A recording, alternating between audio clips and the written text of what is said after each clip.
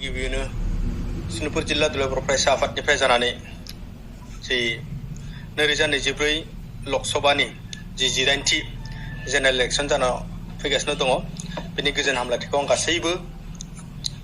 आसाम नाङै भारत नाङै रायजो राजा बिथांमोननिसिम गोजोन हामलायथि गिबियावनो बावहरग्रोनाय जाबाय आरो लोगोसे बैसागु बोथोरनिबो अननाय मोजां मोननाय खुलुमनायखौ आं गिबियावनो बावहरग्रोनाय जाबाय। दिनै सनितपुर जिल्ला दुलाराय बर' फरायसा आफाद हिसाबै जि फैबाय थानाय सनितपुर लकसभा कनस्टिटुएन्सि बे बाथ्राखौ लानानै फंनैसो रायजो राजानि गेजेराव मेसेज होनो थाखाय जोङो बेवहाय जिल्लानि दैदेनगिरि बिथांमोनजों लोगोसे जों बेहाय जुथुमदों आरो प्रेस मिटनि गेजेरजों रायजो राजासिम माखासे मेसेज जोङो नामायदों। देग्लाय सनितपुर जिल्ला दुलाराय बर' फरायसा आफाद आरो दुलाराय बर' फरायसा आफादा फैबाय थानाय 2024 मायथाइनि एप्रिल दाननि जि 19 अक्ट'आव सनितपुर लकसभा जि इलेक्सन जानो गोनां दङ थ' बेवहाय थोंजोङैनो सनितपुर जिल्ला दुलाराय बर' फरायसा आफादा जि बिजेपि दल जों बेखौ समर्थन खालामदों आरो लोगोसे बिनिनो केन्डिडेटआ जिहेतु रन्जित दत्त बिथांनिनो भट होनानै जोङो जे देरहाहोनांगोन बेखिनि बिबाना सनितपुर जिल्लायाव थानाय बर' रायजो राजा फंबाय बिनानाव बिथांमोननि गासैनिसिमबो बिबाना दङ होननानै जोङो बेखौ सानो। मानो होनना बुङोबा दिनै जोङो मानो बिथांमोनखौ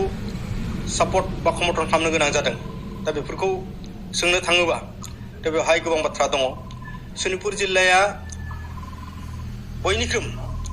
देरसिन जेंनायानो हा हुनि दङ। जिहेतु हा हुखौ जुदि मोननांगोनब्ला आरो थांनाय समफोराव जिहेतु दानि जि एनडिए जि सरकार बिजेपि आरो एजिपि आरो इउपिपिएल मिलनानै जि मोनसे सरकार जानानै दिनै आसामाव सोलिगासिनो दङ दा बिथांमोना जोंनि सनितपुरनि माखासे समस्याफोरखौ समाधान खालामनानै होदों होनना जोंहा समाधान खालामनानै होदों। जोंनि गेजेराव दिनै हा हुनि जेंना फार्स्ट फेज होबाय, हा हुनि जेंना सेकेन्ड फेज होबाय आरो हा हुनि जेंना थार्ड फेजबो जोंनि बै फरेस्ट ओनसोलाव थानाय बर' रायजो राजा बिथांमोननि थाखाय जि हा हुनि जेंना बेखिनिखौ जोंनो एसेब्लाबो दिनै सुस्रांनानै होदों आरो फैबाय थानाय समावबो जोङो बैयाव ओनसोलाव थानाय फरेस्ट एरियायाव थानाय बर' रायजो राजा बिथांमोननि जि हा हुनि जि जेंना बेखौ सुस्रांनांगोनब्ला जों बिथांमोनखौनो सापर्ट खालामनांगोन आरो बिथांमोना जिहेतु जोंनि गेजेराव कमिटमेन्ट होदों थ' बे हिसाबै जों बिथांमोननियाव फोथायनाय दङ आरो फैबाय थानाय समाव बिथांमोना मावगोन होननानै जोंनो खोथा होदों आरो बे बाथ्राखौनो लानानै दाखालि एप्रिल दाननि 4 अक्ट'आव जोङो आसामनि चिफ मिनिस्टार मानगोनां डक्टर हिमन्त बिश्व शर्मा बिथांजोंबो जोङो गुवार भाबै माखासे बाथ्राफोरखौ जोङो सनितपुर जिल्लानि बिबानगिरि जानानै आरो सनितपुर जिल्लानि रायजो राजानि जानानै जोङो सावरायदों। थ' बेवहाय जोङो गिबि हिसाबै जोङो हा हुनि जेंनाखौनो जोङो बिथां CMनि सिगाङाव जोङो उत्थापन खालामनानै होदों। बे हा हुआ होगासिनो दङ। लोगोसे फैबाय थानाय समाव गासैबो रायजो राजा बिथांमोना न'खरफ्रोमबो रायजो राजा बिथांमोना हाखौ जेन मोनो बेनि थाखाय जों बिथांखौ खावलायदों आरो माखासेया वारलेप पार्टआव दङ होननानै जोंनि बर' रायजो राजा बिथांमोना खुब मोनसे सिन्ता बा दुखु जानानै दङ। बे बाथ्राखौ जोङो सावरायदों आरो बिथाङा बुंदों खुब स्पष्ट भाबैनो जे बिथांमोना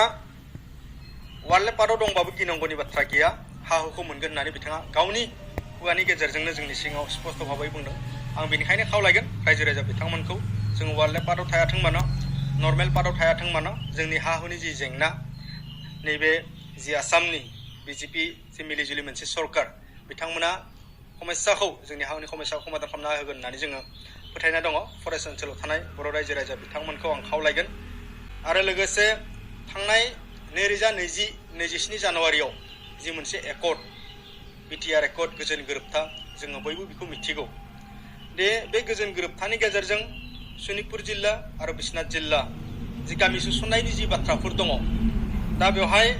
2023 मायथाइनि 26 जानुवारियाव आसामनि CM बिथाङा जि 60टा गामि जि घोषणा खालामनाय बिनिनो 41टा गामिया गभर्नर नटिफाइड जाबाय आरो जिखिनि माखासे थालांबाय गोबां गामिफ्रा थालांबाय थ' बै गामिफोरखौबो थाबैनो नैबे इलेक्सन जोबनायनि उनाव मावफुंनायनि बाथ्राखौ बिथाङा बै सावरायखालि जोंनि सिगाङाव होदों आरो माखासे जोंनि ओनसोलनि जेराव बर' रायजो राजा बिथांमोना दङ डेभेलपमेन्टनि बाथ्राफोरखौ जों सावरायदों आरो गासैबो डेभेलपमेन्टनि बाथ्राफोरखौ मावनायनि बिथाङा जोंनि सिगाङाव खोथा होदों आरो जोंनि सनितपुर जिल्ला हिसाबै जोंहा गोबां फरायसालिफोरा सोलोंथाइनि जि जेंनाया जोंनि गेजेराव दासिमबो दङ गुदि फरायसालिनिफ्राय लानानै गोजौ फरायसालिसिम दासिमबो गोबां गुदि फरायसालिफोराव प्रभिन्सियेलाइज फरायसालिफोरावनो जिर' टिचारनि जेंनाया जोंनि गेजेराव दङ जों बे बाथ्राखौ सावरायदों आरो भेन्सार फरायसालि गुदि फरायसालि जोंनि गेजेराव दङ बे बाथ्राखौ जोङो सावरायदों गेजेर फरायसालिनि बाथ्राखौ जों सावरायदों आरो गोजौ फरायसालिनि बाथ्राखौ जों सावरायदों बे फैबाय थानाय समाव थाबैनो मोनसे सोलोंथाइ आयदानि मोनसे एमेन्डमेन्ट एक्ट लाना फैनानै दा बेखौ प्रभिन्सियेलाइज खालामनायनि बाथ्राखौ बिथाङा जोंनि सिगाङाव बुंदों दा बेनिखायनो जोंहा गोबां जि जेथो जेंनाया जोंनि गेजेराव जेरै जोबनांगोनब्ला 2020 सननि 27 जानुवारि जालांनाय बिटिआर गोरोबथानि दफाफ्रा जुदि मावफुंजानांगोनब्ला जोङो जि एनडिए सरकार दा बिथांमोना जिहेतु दुलाराय बर' फरायसा आफाद आरो एनडिएफबि जि मोनब्रै हान्जा आरो इउबिपिअ जाय बिथांमोनजों सक्ति खालामदोंमोन दा बै सरकारा फैफिनोब्लासो जोंनि जि दफा मावफुंनायाव मदद जागोन थ' बेनिखायनो बै सरकारानो भारताव फैफिननांगौनिबो बाथ्रा थाबाय आरो जोङो सनितपुर जिल्लायाव जोङो रायजो जायो हिसाबै सनितपुर जिल्लानि जि जेथो जेंनाया जोबनांगौनि सार्थाव एक्सटेनसना जानांगौनि सार्थाव हा मोननांगौनि सार्थाव फरायसालिया प्रभिन्सियेलाइज जानांगौनि सार्थाव आरो गोबां डेभेलप जोंनि ओनसोलाव जानांगौनि सार्थाव जोङो सनितपुर जिल्ला दुलाराय बर' फरायसा आफादा देग्लायनि जि सनितपुर लकसभानि जि 2024 मायथाइनि जि कनस्टिटुवेन्सियाव जोङो बिजेपिखौ सापर्ट खालामदों आरो गासैबो बर' रायजो राजा बिथांमोना जाहाथे नैबे जि फरायसा आफादनि जि खावलायनाय जाहाथे बेखौ नोजोर होयो आरो बेनि गेजेरजोंनो जोङो थाङो नंगौ नोङो भारतआ मोनसे जिहेतु हादोर दा गणतान्त्रिक हादोरब्लाबो जोंहा जेथो जेंनाया थानायनि थाखाय जोङो मालाबा रायजो राजा बिथांमोनखौ खावलायनो गोनां जायो आरो खावलायनायनि गेजेरजों रायजो राजा बिथांमोनाबो जिहेतु मानियो जोंहा दिनैसिमबो जोंनि इसुफ्रा जोबाखै हिसाबै दा बेनिनो जोंनि गेजेराव गोबां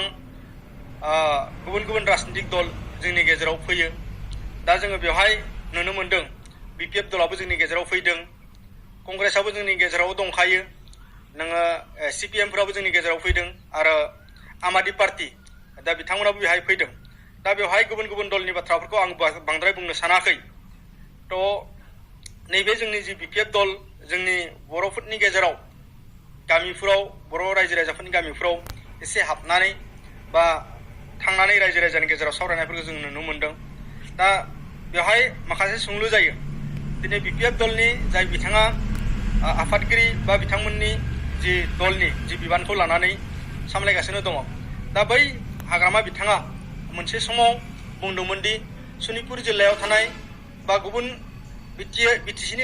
बायजोआव थानाय बर'फोरा बिटिसि होननानै बाथ्रा बेबायदि बिथाङा बुंदोंमोन आरो 2020 जानुवारिनि बिटिआर गोजोन गोरोबथा बेनि गेजेराव जोङो जेबो मोननो हानाय नङा बे गोरोबथाया मोनसे दावदै गला होननानै बिथाङा बुंदोंमोन आरो बिथाङा बुंनाय जादोंमोन दि सनितपुर आरो बिसनानिफ्राय मोनसेबो जुदि गामि हाबोबा आंनि खामाखौ आङो हास'गोन होननानै दा जाय बिथाङा दिनै बिटिआर ग्रुपखौ सापर्ट गैया बिटिआर ग्रुपखौ लानानै गोजोननाय गैया बेबायदि मोनसे दला जोंनि बर' रायजो राजानि नैबे सनितपुराव थानाय बर' रायजो राजानि मा समस्याखौ समाधान खालामगोन दा बिथांमोना खालि राजनितिकनि थाखाय दिनै गावनि दलखौ बेहाय होदों दा बिथांमोना दिनै गंसेबो गामि हाबनाय नङा आरो हाबोबा खोमा हास'गोन बेबायदि बुंलायनाय मोनसे दल दं जाय बिथांमोना दिनै समर्थन खालामदों देट मिन्स मा बुजानो नाजादों जे बिथांमोनाबो सनितपुर जिल्लानि बर' रायजो राजा बिथांमोना हा मोननायखौ लुबैजाया नामा सनितपुर जिल्लायाव थानाय बर' रायजो राजा बिथांमोननि बै ओनसोलाव गोलैसोनानै थानाय फरायसालिफोरखौ प्रभिन्सियेलाइज जाजानायखौ बिथांमोना लुबैया नामा दा बिथांखौ समर्थन खालामनानै दा जोंनि सनितपुर जिल्ला ओनसोलनि जि गामि 41टा हाब्बाय आरो जिखिनि हाबनो गोनां दङ जि एक्सटेनसन पार्टआव जिखिनि जानो गोनां दङ बै जाजानायखौ बिथांमोनाबो लुबैया नामा हाग्रामा बिथांमोनखौ सापर्ट खालामनानै बेहाय केन्डिडेट होनाय माने बिथांमोनाबो बेबायदि डेभेलप जाजानायखौ लुबैया होननानै बेबायदि फोरमान जानो लुबैयो जाय बिथांमोना बेबायदि लेभेलजों खारदों जाहाथे बै बिथांमोना जाहाथे बुजियो आङो बेखौ सनितपुर जिल्ला दुलाराय बर' फरायसा आफादनि आफादगिरि जानानै आं बिथांमोनखौबो खावलायगोन जाहाथे बिथांमोना बर' रायजो राजानि गेजेराव हाबनानै गुलुं गुजुं खालामनानै जोंनि गेजेराव दावराव दावसि जेन लाबोआथों आरो जोंनि भट केन्द्रफोराव जाहाथे दावराव जायाथों आं बेनि थाखायबो गासैबो दल जि